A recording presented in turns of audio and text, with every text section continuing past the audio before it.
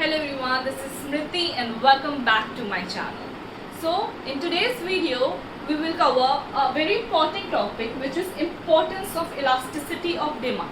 Elasticity of demand इतना important क्यों है? Why elasticity of demand holds so much of importance in an economy? Which is very important question. ये बहुत important topic है. ये जो है एग्जाम में लॉन्ग क्वेश्चंस में पूछा जाता है.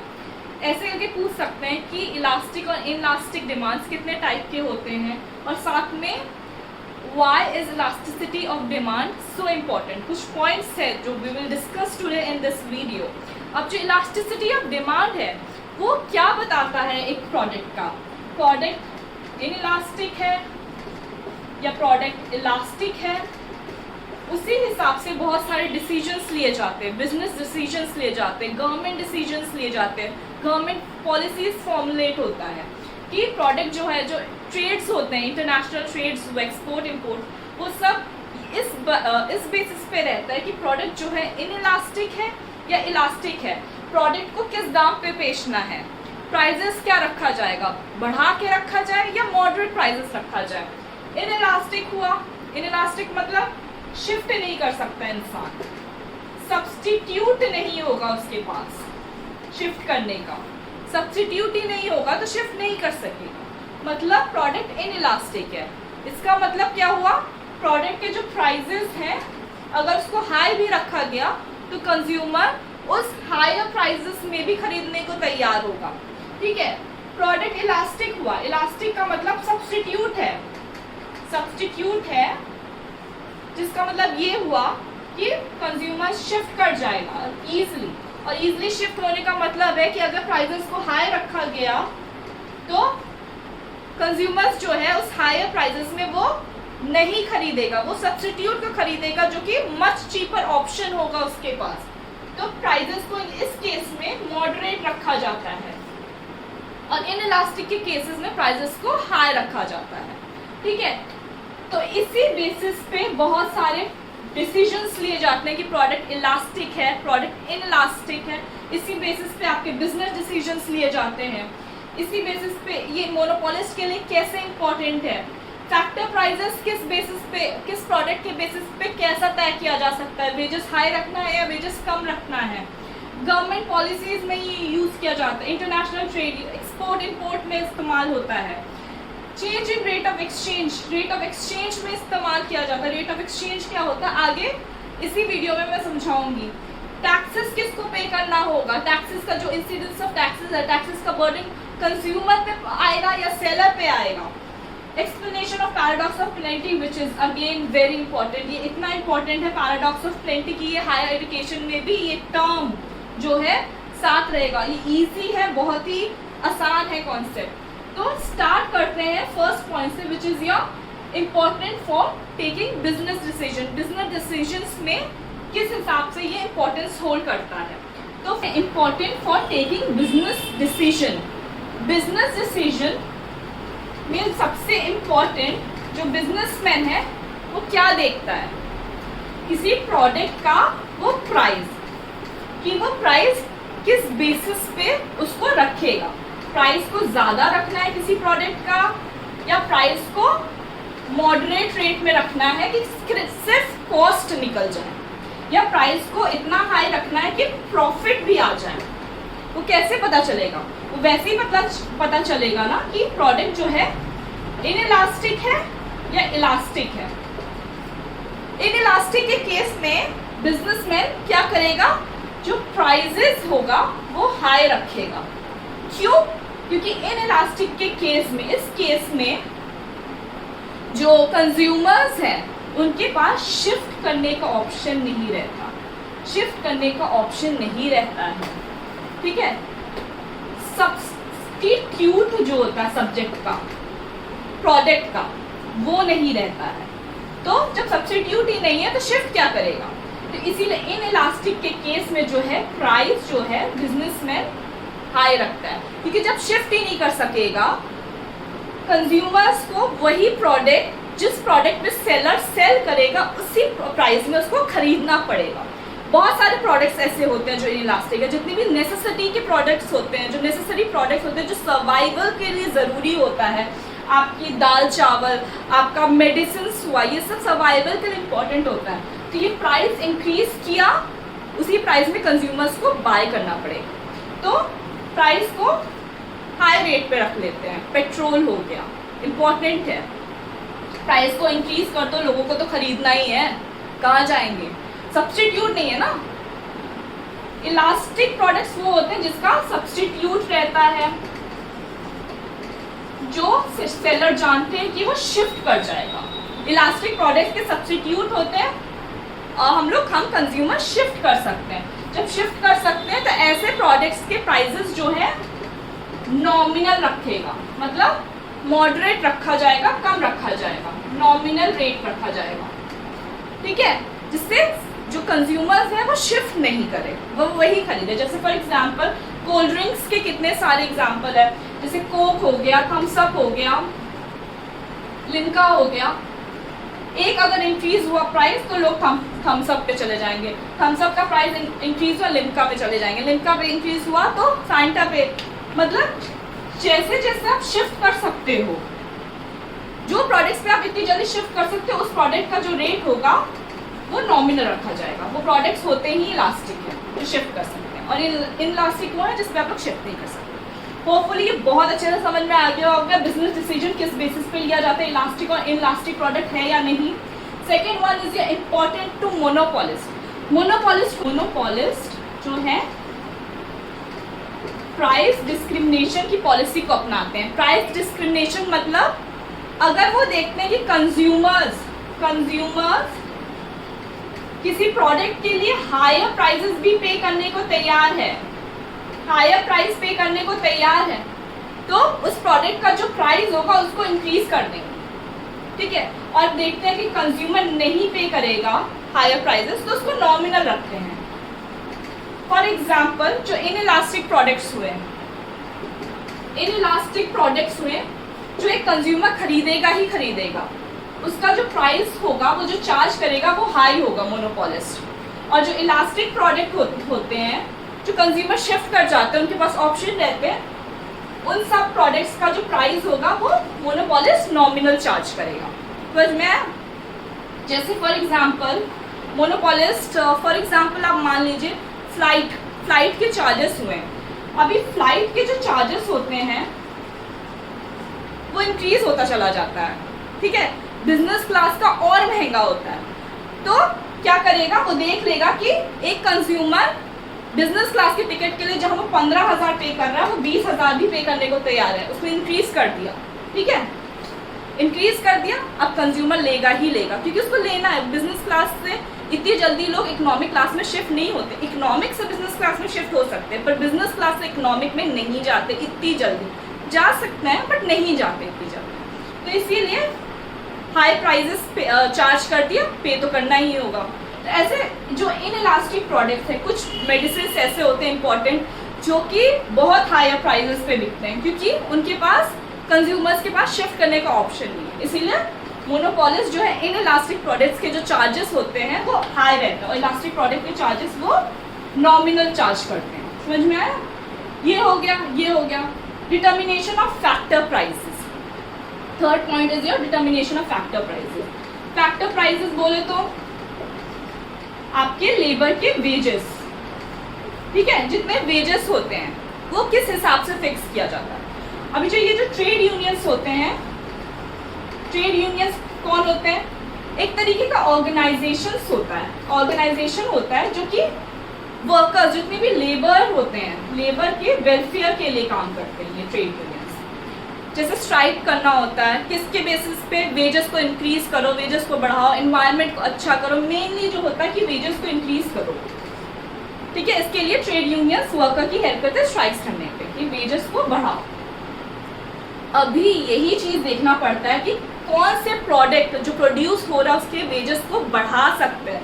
वो जो प्रोडक्ट इनइलास्टिक है जो प्रोड्यूस हो रहा है, या वो इलास्टिक है जो प्रोड्यूस कर रहे हैं लेबर, उसी के हिसाब से वेज को इंक्रीज करने पे बार्गेन अगर किया जाएगा तो ही प्रॉफिट मिलेगा, वरना वो लॉस पे चले जाएंगे। For example in elastic product हुआ, ठीक है, वेजेस इंक्रीज करने को बोल रहे हैं तो द प्रॉफिटेबल है, क्योंकि इन इलास्टिक प्रोडक्ट में क्या होगा, शिफ्ट कर लोग वही प्रोडक्ट्स को खरीदेंगे। अगर वेजेस इंक्रीज करने का मतलब क्या है, प्राइस को इंक्रीज करना, उस कमोडिटी का प्राइस को इंक्रीज कर दिया, इन इलास्टिक प्रोडक्ट है तो जो कंज्यूमर्स है वो इंक्रीज प्राइस पे ही खरीदेंगे, तो वेजेस यहाँ पे बढ़ सकता है, ठीक है। लेकिन इलास्टिक जो प्रोडक्ट होते हैं उसके वेजेस को इंक्रीज करने का मतलब क्या हुआ, loss in the sense unemployment भी हो सकता है, क्योंकि जब इलास्टिक प्रोडक्ट्स पे अगर वेजेस को इंक्रीज करने का मतलब है कि प्राइस को भी इंक्रीज करना पड़ेगा प्रोडक्ट का, तभी तो वेजेस निकाल सकेगा एक बिजनेस में। प्राइस इंक्रीज करने का मतलब है कंज्यूमर शिफ्ट कर जाएगा किसी और सस्ते प्रोडक्ट पे, सब्स्टिट्यूट पे, तो यहाँ पे प्राइस इंक्रीज हुआ, वहाँ पे कंज्यूमर शिफ्ट कर गया, कंज्यूमर जो है खत्म हो गया, कंज्यूमर लेस हो गया, मतलब डिमांड भी कम हो गई। डिमांड कम होने का मतलब प्रोडक्ट अब कम बनेगा, प्रोडक्ट कम होने का मतलब लेबर्स जो है एक्स्ट्रा छांटे चले जाएंगे, मतलब खत्म होते चले जाएंगे, इन द सेंस लेबर्स को निकाल दिया जाएगा अगर वेजेस हाई रखा, तो इस केस में अनएम्प्लॉयमेंट आ सकता है। समझ में आया ये चीज़, इलास्टिक या इनइलास्टिक के हिसाब से वेजेस को डिटरमाइन करना पड़ता है, इतना समझ में आया। थर्ड हो गया assist in formulating government policies. Government policies में इलास्टिक और इनइलास्टिक प्रोडक्ट्स बहुत हेल्प करते हैं। कैसे गवर्नमेंट की सबसे ज़्यादा जो रेवेन्यू जनरेट होती है वो गवर्नमेंट कहाँ से करता है, टैक्सेस से। अभी यही जो टैक्सेस है किस प्रोडक्ट पे ज़्यादा लगाना चाहिए तो रेवेन्यू इंक्रीज होगा, और किस प्रोडक्ट पे कम लगाना चाहिए कि रेवेन्यू बना रहे। अगर कम टैक्स लगाया, नॉमिनल टैक्स लगाया, तो भी इंसान खरीदता रहे, रेवेन्यू आता रहे, लॉस पे ना जाए। तो ये अगर इन इलास्टिक हुआ प्रोडक्ट तो रेवेन्यू को लगा दो, टैक्स को बढ़ा दो, टैक्स बढ़ेगा, रेवेन्यू बढ़ेगा गवर्नमेंट का, क्योंकि इन इलास्टिक पे लगाया है, शिफ्ट नहीं कर सकता इंसान, वही खरीदेगा, कंज्यूमर्स के पास सब्स्टिट्यूट नहीं है। तो इन इलास्टिक प्रोडक्ट पे टैक्स लगाया, हाई किया, इंसान उसी हायर टैक्स पे, कंज्यूमर उसी हायर टैक्स पे वो बाय करेगा प्रोडक्ट, और गवर्नमेंट का रेवेन्यू इंक्रीज होगा। समझ में आया, गवर्नमेंट पॉलिसी इजी था, तो ये गवर्नमेंट पॉलिसी होगा। Fifth one is important in international trade. Important in international trade बोले तो एक्सपोर्ट इम्पोर्ट। अब इसमें एक चीज देखा जाता है जो कि है पॉजिटिव टर्म ऑफ ट्रेड रखना होता है, पॉजिटिव टर्म ऑफ ट्रेड रखा जाता है। इस पॉजिटिव टर्म ऑफ ट्रेड को रखने के लिए जो बैलेंस ऑफ पेमेंट है उसको फेवरेबल करना होगा, ठीक है, फेवरेबल करना होगा। इस हिसाब से एक्सपोर्ट ड्यूटीज और इंपोर्ट ड्यूटीज लगाना होता है गवर्नमेंट को कि जो टर्म ऑफ ट्रेड है वो पॉजिटिव बना रहे हैं। किस प्रोडक्ट पे एक्सपोर्ट ड्यूटीज ज़्यादा होनी चाहिए, किस प्रोडक्ट पे इंपोर्ट ड्यूटीज ज़्यादा होनी चाहिए, किस प्रोडक्ट पे एक्सपोर्ट ड्यूटीज को कम लगाना चाहिए, किस प्रोडक्ट पे इंपोर्ट ड्यूटीज को कम लगाना चाहिए, जिससे जो है हमारे जो इंटरनेशनल ट्रेड में हम लोग जो ट्रेडिंग कर रहे हैं वो पॉजिटिव टर्म ऑफ ट्रेड हमारे लिए लाए। समझ में आया, तो ये इलास्टिक और इनइलास्टिक ऑफ प्रोडक्ट से पता चलता है। ये भी समझ में आया, ये भी इजी था। Change in rate of exchange. अब ये रेट ऑफ एक्सचेंज क्या होता है? रेट ऑफ एक्सचेंज का मतलब होता है जिस रेट पे एक कंट्री की करेंसी को हम लोग एक्सचेंज करते हैं, वो जो रेट होता है उसको हम लोग रेट ऑफ एक्सचेंज कहते हैं। फॉर एग्जाम्पल मान लीजिए $1 को हमको अपने INR से एक्सचेंज करना है, मतलब $1 की कीमत इंडियन रुपीस के हिसाब से हम लोग कितना इंडियन रुपी देंगे कि हमको $1 उसके बदले में मिले। आज डेट पे ये वीडियो बन रहा है उस डेट पे जो $1 की कीमत है INR के हिसाब से वो है 76 रुपीज़ 25 पैसा। मतलब हम लोग 76 रुपीज़ देंगे तो उसके बदले हमें $1 मिलेगा। उसको कहते हैं रेट ऑफ एक्सचेंज। इजी था, समझ में आया? अभी ये जो रेट ऑफ एक्सचेंज है उसको किस लिए यूज किया जाता है? रेट ऑफ एक्सचेंज को बैलेंस ऑफ पेमेंट में जो अगर अनफेवरेबल बैलेंस ऑफ पेमेंट है उसको फेवरेबल करने के लिए ये रेट ऑफ एक्सचेंज में गवर्नमेंट जो है इस रेट ऑफ एक्सचेंज को गवर्नमेंट उस हिसाब से रीवैल्यू और डीवैल्यू करता है। डीवैल्यूएशन या रीवैल्यूएशन करता है। डीवैल्यूएशन का मतलब है रेट ऑफ एक्सचेंज को कम कर देना, रीवैल्यू का मतलब है रेट ऑफ एक्सचेंज को बढ़ा देना। ये जो फ्लक्चुएशन आती है रीवैल्यू और डीवैल्यू में वो गवर्नमेंट क्या देखकर करता है? ये प्रोडक्ट इलास्टिक है या प्रोडक्ट इनइलास्टिक है? ठीक है, प्रोडक्ट इलास्टिक या इनइलास्टिक को देखने के बाद गवर्नमेंट ये policy of revalue and devalue अपनाती है जिससे हम लोग को बैलेंस ऑफ पेमेंट जो है फेवरेबल मिले। समझ में आया? ये आपका ये change in rate of exchange easy था, कोई कंफ्यूजन नहीं। 7th is your incidence of taxes. Incidence बोले तो इंसिडेंस का मतलब होता है जो फाइनल टैक्स का बर्डन जो जिसको झेलना पड़ता है, जो फाइनल टैक्स पे करता है उसको कहते हैं इंसिडेंस ऑफ टैक्स। जो फाइनल बर्डन होता है टैक्स का जिस पे रहता है उसको कहते हैं इंसिडेंस ऑफ टैक्स। तो क्या ये फाइनल बर्डन सेलर पे है या फाइनल बर्डन ऑफ टैक्स किस पे? कंज्यूमर पे है। ये प्रोडक्ट के इलास्टिक या इनइलास्टिक से पता चलता है। इलास्टिक या इनइलास्टिक से पता चलता है। अगर प्रोडक्ट इलास्टिक हुआ, ठीक है, अगर प्रोडक्ट इलास्टिक हुआ तो फाइनल टैक्स का बर्डन सेलर को पे करना पड़ेगा। कैसे? क्योंकि इलास्टिक हुआ। हाँ, अगर प्राइस पे टैक्स लगाया तो प्रोडक्ट की जो प्राइस होगा वो इंक्रीज कर जाएगा, मतलब प्रोडक्ट महंगा हो गया, कंज्यूमर शिफ्ट कर जाएगा। इलास्टिक के केस में कंज्यूमर शिफ्ट कर गया, ठीक है। इसीलिए जो सेलर है वो इतनी जल्दी टैक्स नहीं लगा सकता है। तो फाइनल मनी बर्डन किस पे हुआ? इलास्टिक के केस पे किस पे गया? सेलर पे। अभी जब इनइलास्टिक हुआ प्रोडक्ट, मतलब लोग कंज्यूमर के पास सब्स्टिट्यूट नहीं है, कंज्यूमर इतनी जल्दी शिफ्ट नहीं कर सकता, उस हायर प्राइस पे ही कंज्यूमर को अपना प्रोडक्ट लेना पड़ेगा। जिस प्राइस पे जो सेलर है वो प्रोडक्ट बेच रहा है उसी हायर प्राइस पे कंज्यूमर को भी खरीदना पड़ेगा। तो इस केस में, इनइलास्टिक के केस में, जो फाइनल टैक्स का बर्डन होता है वो कंज्यूमर के सर पे गिरता है। इतना समझ में आया? ये भी इजी था। ये हो गया। 7th भी हो गया। Last is your explanation of paradox of plenty. Now this paradox of plenty is very important. मतलब पैराडॉक्स ऑफ प्लेंटी इस हिसाब से इंपॉर्टेंट है कि जब आप हायर क्लासेस में भी जाएंगे तो भी ये टर्म मिलेगा आपको, paradox of plenty. Now what do you mean by paradox of plenty? Paradox का मतलब ही क्या होता है? पैराडॉक्स का मतलब होता है कॉन्ट्राडिक्टरी, कॉन्ट्राडिक्शंस या कॉन्ट्राडिक्टरी जिसे कहते हैं। मतलब बात सही भी लग रही है लेकिन बात गलत भी है, ठीक है। इसका मतलब है पैराडॉक्स का फॉर एग्जाम्पल आप मान लीजिए किसी ने आपको एडवाइस दिया, एडवाइस आपको सही भी लग रहा है एक सेंस में, एडवाइस आपको गलत भी लग रहा है एक सेंस में, उसी को बोलते हैं पैराडॉक्स ऑफ प्लेंटी। और पैराडॉक्स ऑफ प्लेंटी किस चीज़ पे आता है?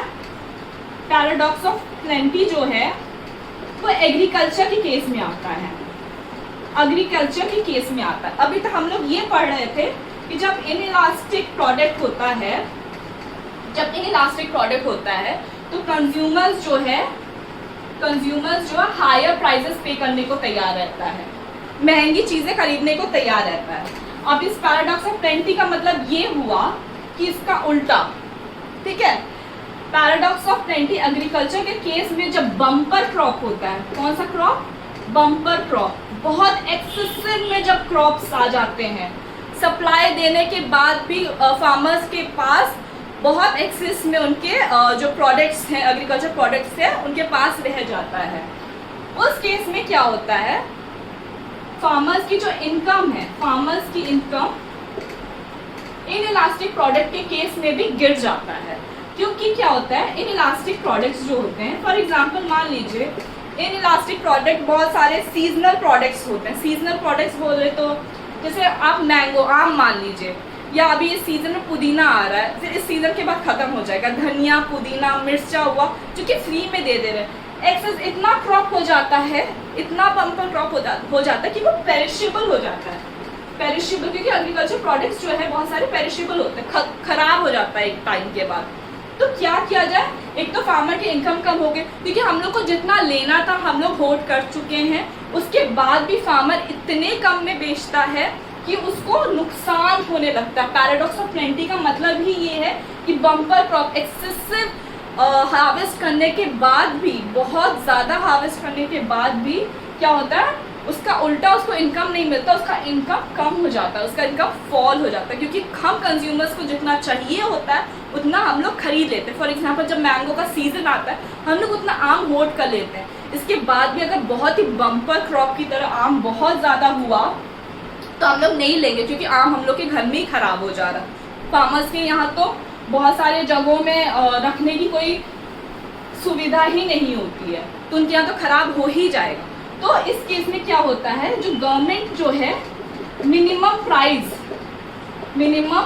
जिसे हम लोग मिनिमम MSP बोलते हैं, वो फिक्स कर देता है कि फार्मर इससे कम में नहीं बेचेगा। भले इन इलास्टिक प्रोडक्ट है, लेकिन इस इलास्टिक प्रोडक्ट की वजह से बम्पर क्रॉप अगर हुआ तो फार्मर्स की जो इनकम होता है वो बढ़ने की जगह उल्टा कम हो जाता है। तो गवर्नमेंट क्या करता है, इस केस में मिनिमम प्राइस लगा देता है, जिसको हम लोग MSP बोलते हैं, मिनिमम सपोर्ट प्राइस। इससे कम में फार्मर्स, हम कंज्यूमर्स को नहीं बेचता अपना प्रोडक्ट। ठीक है, ये फार्मर के वेलफेयर के लिए है। इतना समझ में आया? Why is elasticity of demand so important. एक एक पॉइंट मैंने अच्छे से समझाया है, होपफुली आपको सब समझ में आ गया हो, कोई कंफ्यूजन नहीं है, क्रिस्टल क्लियर हो गया होगा। एंड कोई भी कंफ्यूजन हो, कोई भी क्वेश्चन हो, आप कमेंट बॉक्स में पूछ सकते हैं। And thank you so much for watching my video. Happy Holi, play a very safe Holi. और पसंद आए वीडियो तो लाइक और सब्सक्राइब ज़रूर करिएगा। Thank you so much.